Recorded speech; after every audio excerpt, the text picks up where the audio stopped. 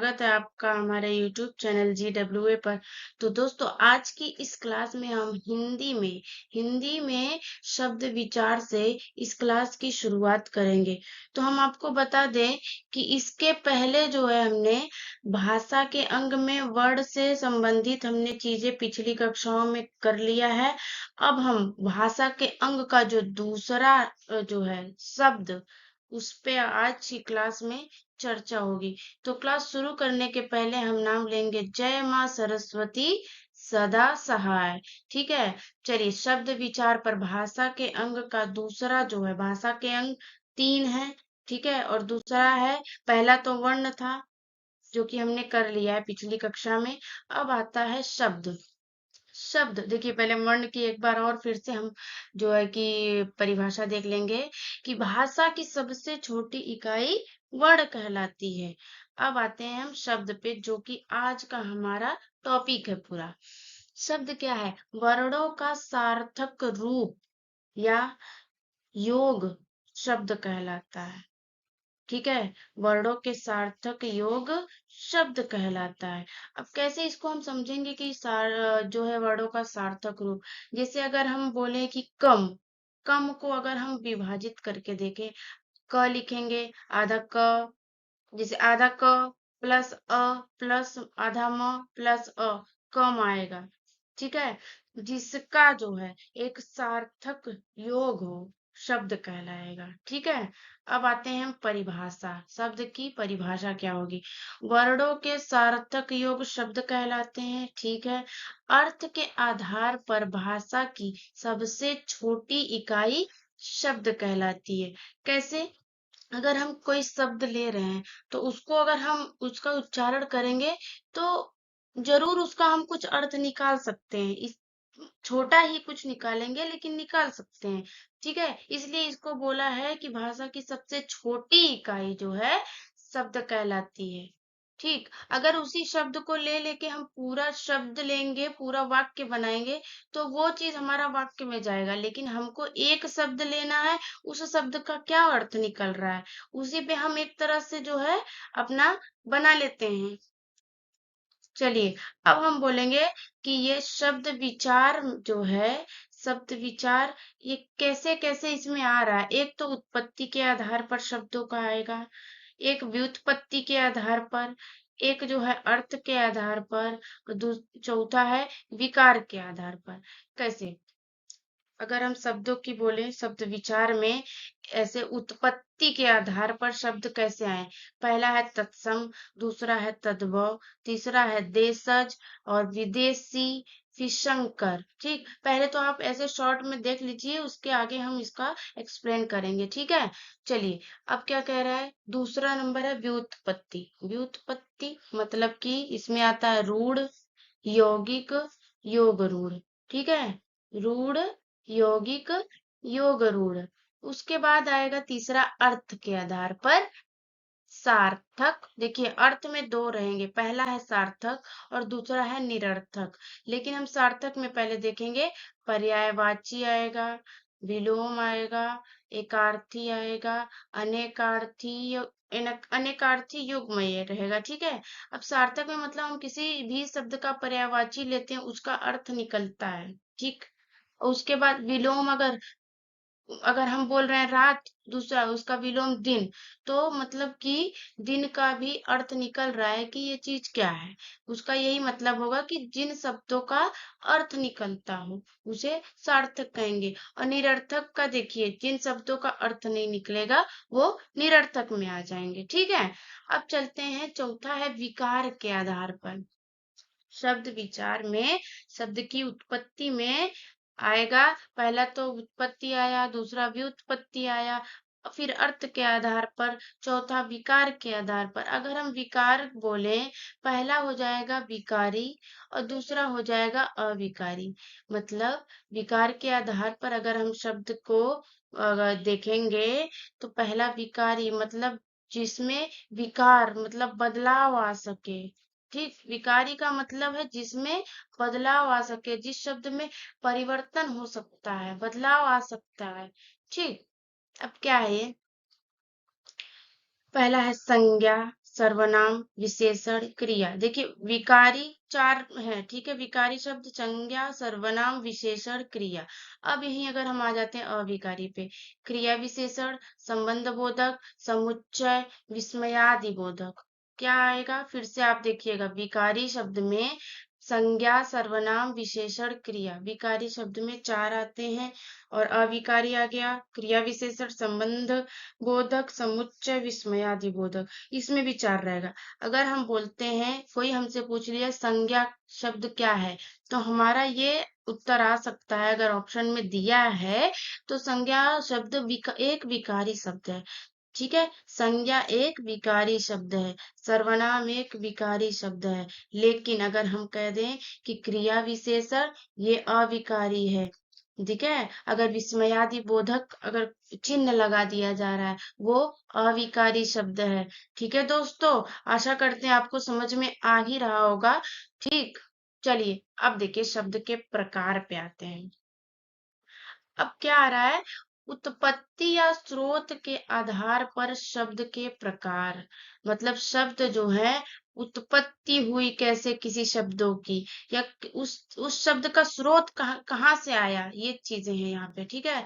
किसी भी शब्द की उत्पत्ति कहाँ से हुई, उस शब्द का स्रोत क्या है, कि वो शब्द कहाँ से उठ के आए, इसका मतलब यही है। और ये है पांच, उत्पत्ति के आधार पर पांच है। पहला है तद्भव, तत्सम, देशज, विदेशी, संकर, ठीक है। क्या है, तद्भव, तत्सम, देशज, विदेशी, संकर। इसको देशज और इसको विदेशज भी बोल सकते हैं। अब आते हैं हम पहले तत्सम पे। तत्सम क्या है, मूल भाषा के शब्द जो बिना रूप परिवर्तन के हिंदी में प्रयुक्त हैं। अब देखिए, आपको ये चीज पता है कि हिंदी जो है संस्कृत का ही रूपांतरित रूप है, ठीक। हिंदी संस्कृत का रूपांतरित ही है।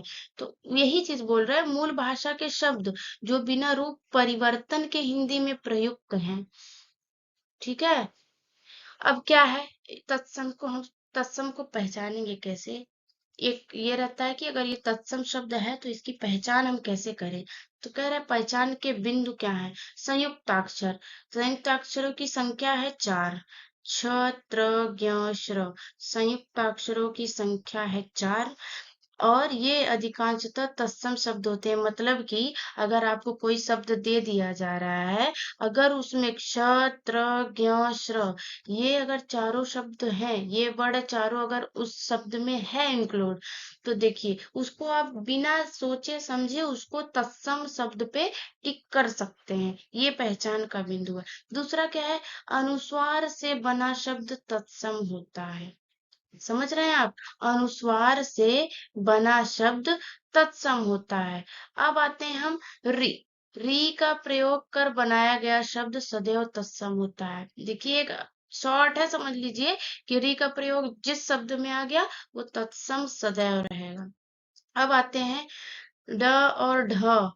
ताड़न जात के प्रयोग से बना शब्द तत्सम नहीं होता। अगर किसी शब्द में ड और ढ आ गया तो एकदम निश्चिंत होकर उसे आप मतलब तत्सम वो नहीं रहेगा, वो तद्भव ही रहेगा। इस चीज का आप ध्यान दीजिएगा, ठीक है। अब हम देखिए ये थोड़ा सा तत्सम और तद्भव का, ये तद्भव शब्द है, ये तत्सम शब्द है। ये तद्भव है, ये तत्सम है, ये तद्भव है, ये तत्सम है। पहले हम देखेंगे सोना का क्या होगा, स्वर्ण। मक्खी का मक्षिका। हमने आपको बोला था ना कि संयुक्त अक्षर जितने हैं चार हैं, छ, त्र, ज्ञ। देखिए छ आया, तुरंत हम अंदाज लगा सकते हैं कि ये तत्सम है। घर का गृह, पंख का पक्ष। देखिए यहाँ पर भी क्ष आ गया। देखिए रात का रात्रि, त्र आया, संयुक्त अक्षर देख लीजिए एकदम वो पूरे खरा उतर रहा है, वो जो ट्रिक है वो पीछे। बाती का वर्तिका, दूध का दुग्ध, मयूर का मोर, नहीं ये उल्टा हो गया, देखिए ये मोर का मयूर होगा, ठीक है, सॉरी। अटारी का अट्टालिका, हल्दी का हरिद्रा। वो आपको थोड़े से जटिल शब्द लगेंगे, खुद आप जब उसका उच्चारण करेंगे, उसको पढ़ेंगे देखेंगे तो आपको तत्सम शब्द जरूर थोड़ा सा अटपटा सा लगेगा, मतलब कि कठिन सा थोड़ा सा लगेगा। गधा का गर्दभ, ठीक। लाख का लक्ष्य। देखिए ये संयुक्त अक्षर कितनी बार आ रहा है। नोन का लवड़, सावन का श्रावण। देखिए स्र भी आ गया, स्र भी था संयुक्ताक्षर में। ठीक है, स्र भी आएगा, देख लीजिए। केला का कदली, किवाड़ का कपाट, भंवरा का भ्रमर। ज्यादातर ये जो र है, र 4 प्रकार के जो होते हैं, वो देखिए, वो भी जो है तत्सम में ही आएंगे। लाज का लज्जा, कुत्ता का कुक्कुर, सलाई का शलाका, बच्चा का वत्स, जेठ का ज्येष्ठ।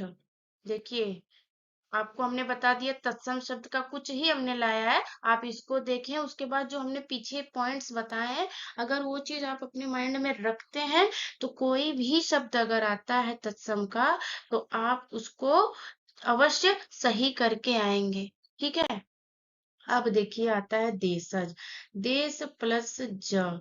देशज को हम अगर 2 भागों में बांटे, देश प्लस ज, मतलब ज का मतलब है जन्म लेने वाला, मतलब देश में ही जन्म लेने वाला जो शब्द है, जो हम एक देश में ही जन्म लेने वाला शब्द है। ऐसे शब्द जो अनादिकाल से बोलचाल में व्यवहारता आते हैं, मतलब हमारे ही देश में समझ लीजिए जिस जिस शब्द की उत्पत्ति हुई है, और देखिए जिस शब्द की उत्पत्ति हुई है, उसी ही शब्दों को हम अपने बोल चाल में व्यवहारता लाते हैं। वही है कि देश में जो जन्म लिया हो शब्द, और जिनकी उत्पत्ति व्याकरण लाभ के लिए नहीं है, देशज शब्द कहलाते हैं। अब ये जरूरी नहीं है कि जिस शब्दों का प्रयोग हम अपने बोल चाल में लेते हैं, कि वो व्याकरण में उसका प्रयोग एकदम भली भांति होना चाहिए, ऐसा कुछ भी नहीं है।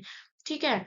अब क्या है, देसी शब्दों का एक कोश आचार्य हेमचंद्र ने तैयार किया है। मतलब देसी शब्द कुछ उठाए हैं, कुछ एक संग्रह करके जो है, ये आचार्य हेमचंद्र जो है वैयाकरण जो है, ये जिन्होंने तैयार किया है एक कोश, जिसे रयड़ावली उर्फ देसी नामा माला कहा गया है। मतलब इसमें जो है, इनका देशज शब्दों का संग्रह है, जो है आचार्य हेमचंद्र के द्वारा वो तैयार किया गया है। ये और ये जैसे हमारे बोलचाल में खुरपा, गड़बड़, हड़बड़, ऊट पटांग, ओसाना, ओझरी, लुक्का लुक्की, ठीक है, उमड़, छिछोर, चुटिया, हम कोई भी शब्द ले सकते हैं। वो आपको खुद अगर दे रहा है ऑप्शन में ना, तो आपको समझ में आएगा कि ये हमारे जो है रोज रोज की जो हम लोग की चाल बात व्यवहार में हम लोग जो शब्द यूज करते हैं, वही चीज देशज में आएगी। ठीक है।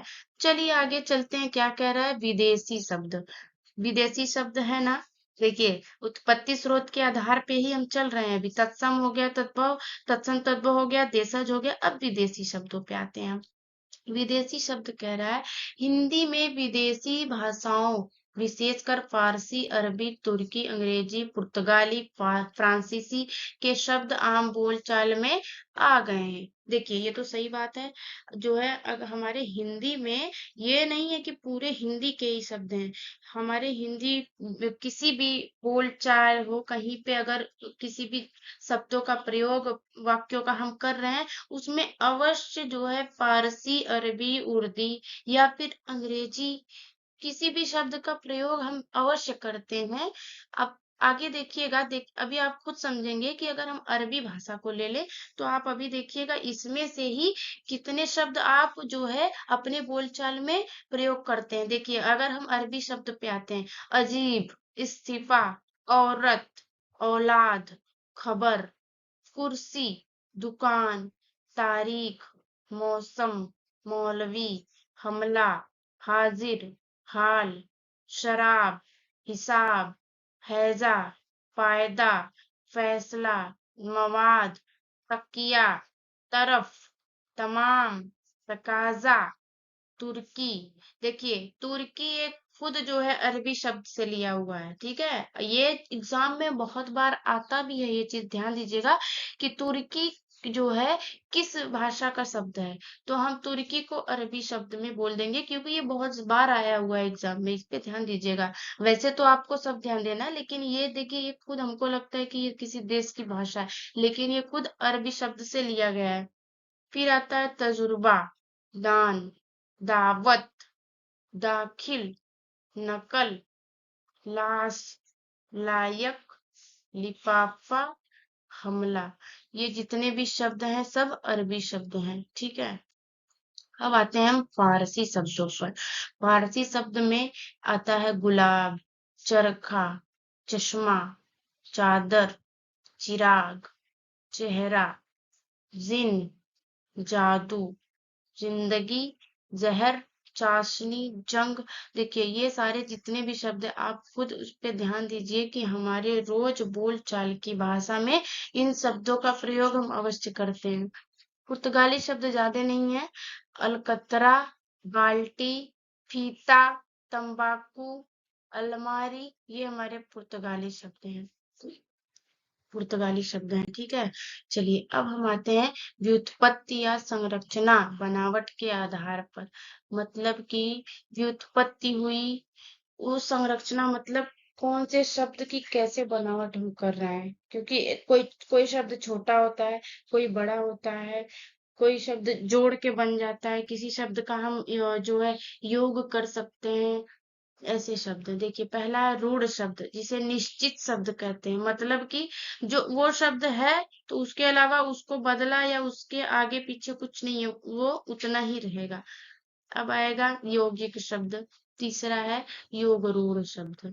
व्युत्पत्ति या संरचना या बनावट के आधार पर शब्दों के भेद जो है तीन हो जाएंगे। पहला हो जाएगा रूढ़ शब्द, दूसरा हो जाएगा यौगिक शब्द, और तीसरा होगा योग रूढ़ शब्द।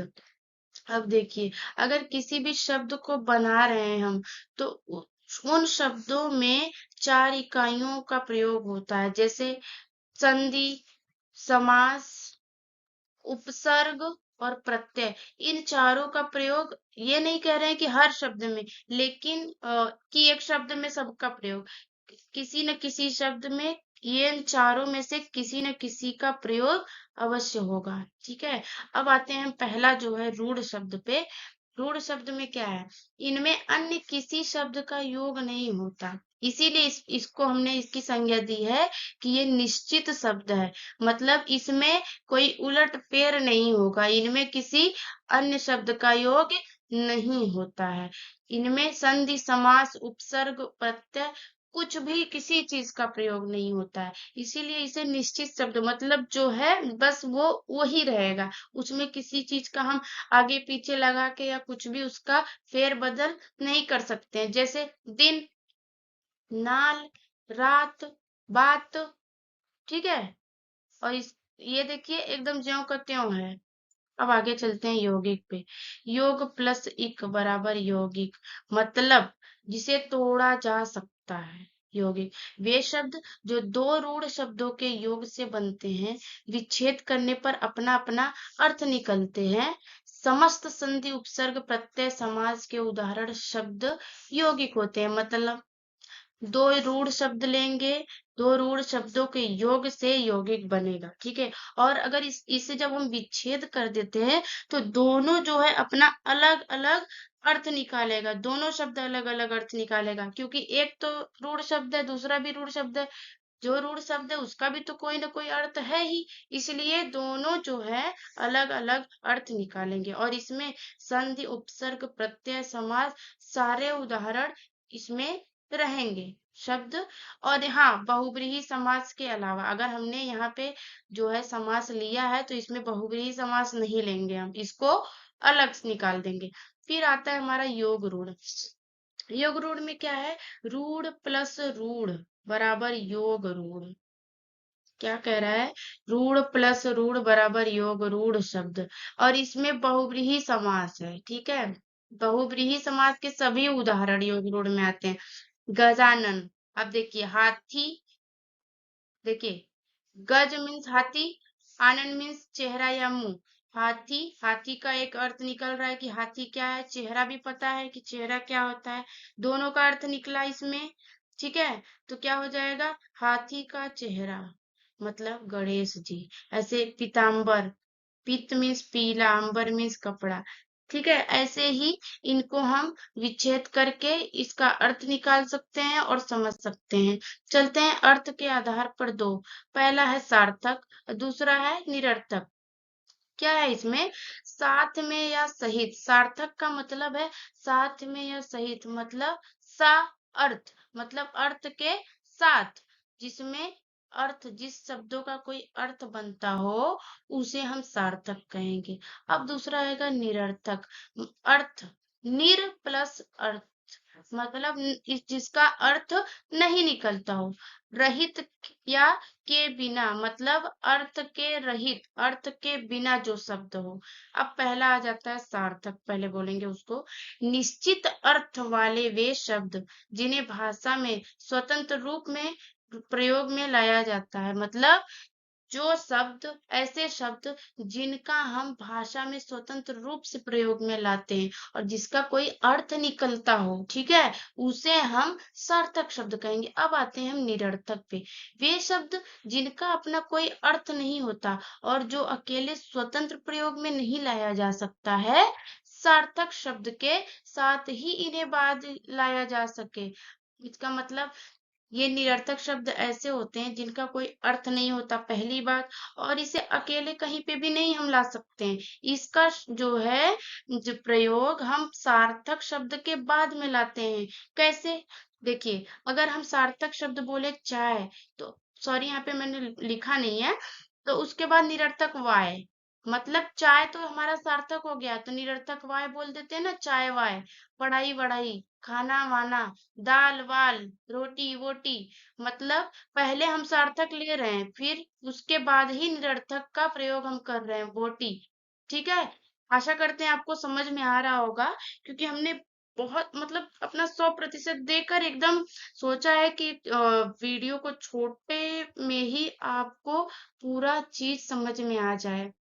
ठीक है, लेकिन हाँ, थोड़ा सा वीडियो लंबा जा रहा है, उस पे आप लोग ज्यादा मत वो करिएगा, क्योंकि फिर 2 पार्ट में लाना, फिर वो चीजें बिखर जाती हैं। ठीक है, उसके लिए सॉरी अगर आपको लग रहा हो कि वीडियो ज्यादा बड़ी हो रही है।